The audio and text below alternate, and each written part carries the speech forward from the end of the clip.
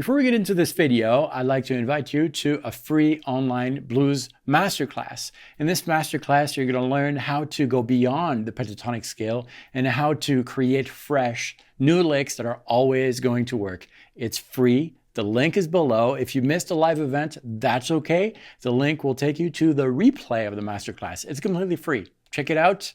All right, let's get into today's video.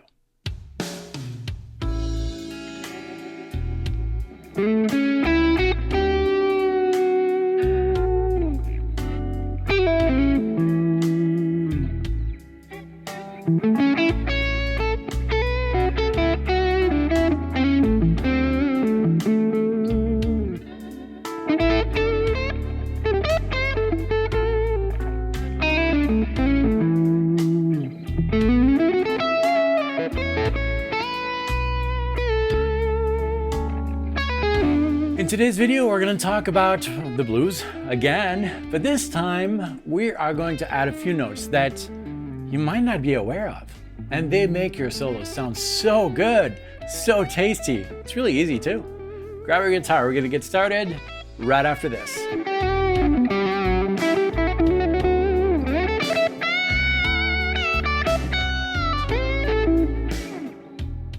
Hello, my name is David Wallerman. Welcome to this channel, which is all about helping guitar players around the world find their unique voice on the instrument to tell their own personal musical story. We are talking about the blues today.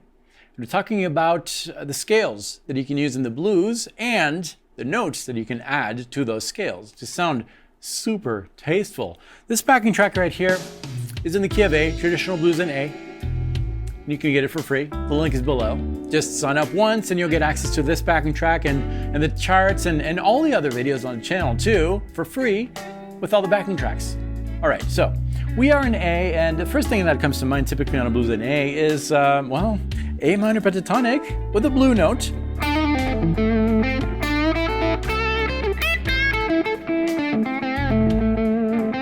Great, it always works, regardless of the chord.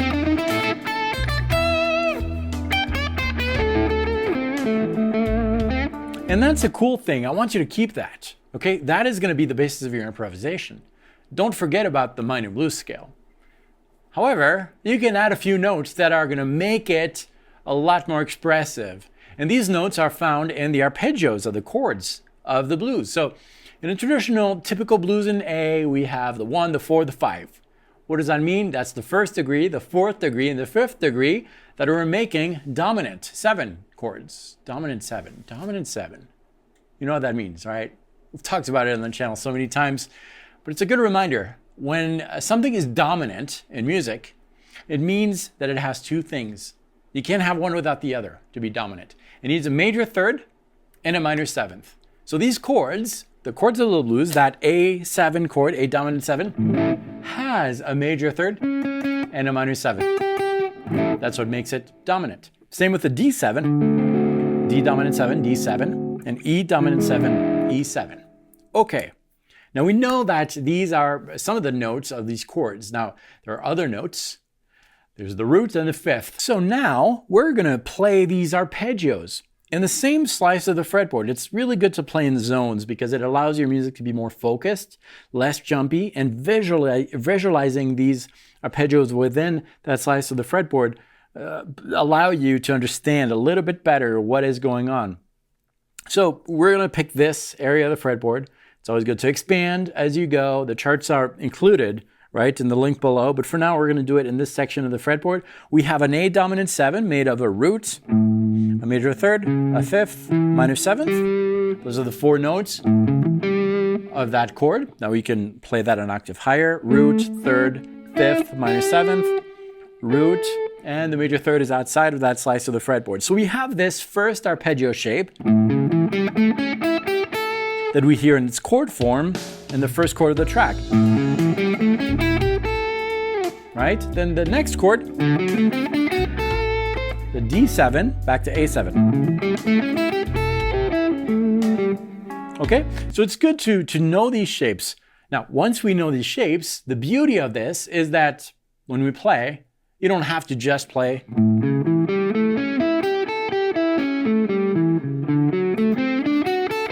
How boring is that? No, we're just going to use some of the notes that are found in these arpeggios when the chord happens, blended with your typical minor pentatonic scale blues, pentatonic blues lick in A. Regardless of the chord, you can play that A minor blues. Now, for those of you who are aware of how music theory works, well, that's something you shouldn't do. Mix together minor thirds with major thirds. That's what creates what we call a cluster. But in blues, that cluster, that tension is welcome. So you can do that. So now if we blend our licks, minor pentatonic licks,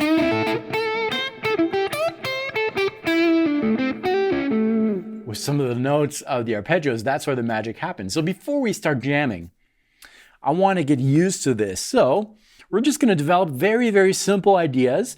I want you to visualize the A7, A dominant 7 arpeggio, those notes, and you will find that these notes, some of them are found in the minor pentatonic scale, the minor blues scale. The root remains the same. The fifth also remains the same, and the minor seventh also remains the same, because you find in the dominant seventh arpeggio and the minor pentatonic scale, you find a root, a fifth, and a minor seventh. So those are not maybe the notes that you want to land on or focus. You can land on them if you want, but those are not the notes that are really going to make your lead stand out. The notes that are going to make your lead stand out over the A dominant 7 chord are the major third, because that major third is not found in your minor pentatonic scale. So the major third, and that's it. So why not on the A7 create a lick, minor pentatonic lick, minor blues, and then land on one of these notes that is extra, the note that is found in the arpeggio. That kind of idea. On the A7. And then you do the same thing on the D dominant 7. So the arpeggio of that, you can find it below, but the arpeggio of that is in this slice of the fretboard as follow. I'm going to start with the lowest note we encounter, which in this case is this one right here. That's the 5th of D. So frets 5, 8, 5, next string, on the low E string frets 5, 8, on the 5th string fret 5, 4th string frets 4, 7. On the next string we have frets 5, 7, 2nd string fret 7, 1st string 5, 8. So all together,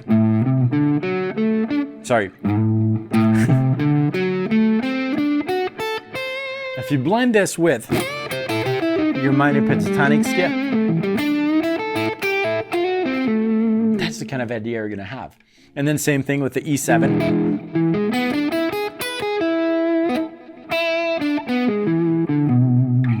Same thing, you blend that with your minor pentatonic scale. That's the kind of idea you're going to have. And doing this with short ideas, you don't have to shred or add tons of notes, but doing that and strategizing where you're going to add these notes of the dominant 7 arpeggios are going to make your lead sound so good. Let's give that a try. Very simple ideas, simple words. I don't even have to play, but I will. Minor pentatonic, and I'm in A. I'm going to land on one of these notes. Now I'm in D, so different arpeggio. But I can blend the minor pentatonic.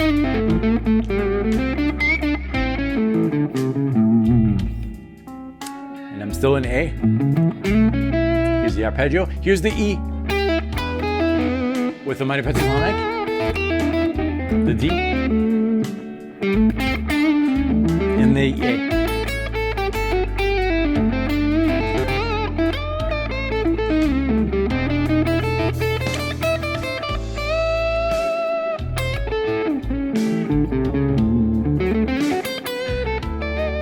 And then as you develop this, you can move to other areas of the fretboard.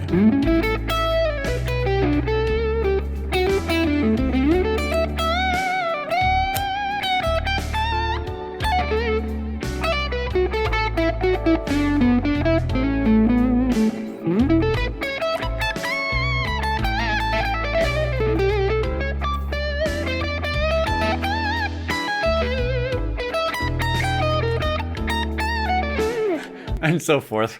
So much fun. All right, well, I hope this helped you in your improvisation. I hope it gives you new ideas. And this is not just for the blues, for anything, really. Follow the chords, use the scales you know, and build some words and sentences to tell your story, which is what the channel is about. Again, you can download this backing track that we used today with the charts for free. The link is below. And if this is your first visit, thank you very much for stopping by. I hope you learned something. I hope this inspires you to play. And remember, nobody can play the way you play. We're all unique. This is a pencil. There's nothing special and magical about this. The music comes from inside. And if you like this, you should consider subscribing, because Monday, Wednesday, and Friday is new video day here on the channel, where I publish a new video helping guitar players around the world find their voice on the instrument to tell their own personal musical story. Thank you so much for watching this. Practice well, and I will see you next time.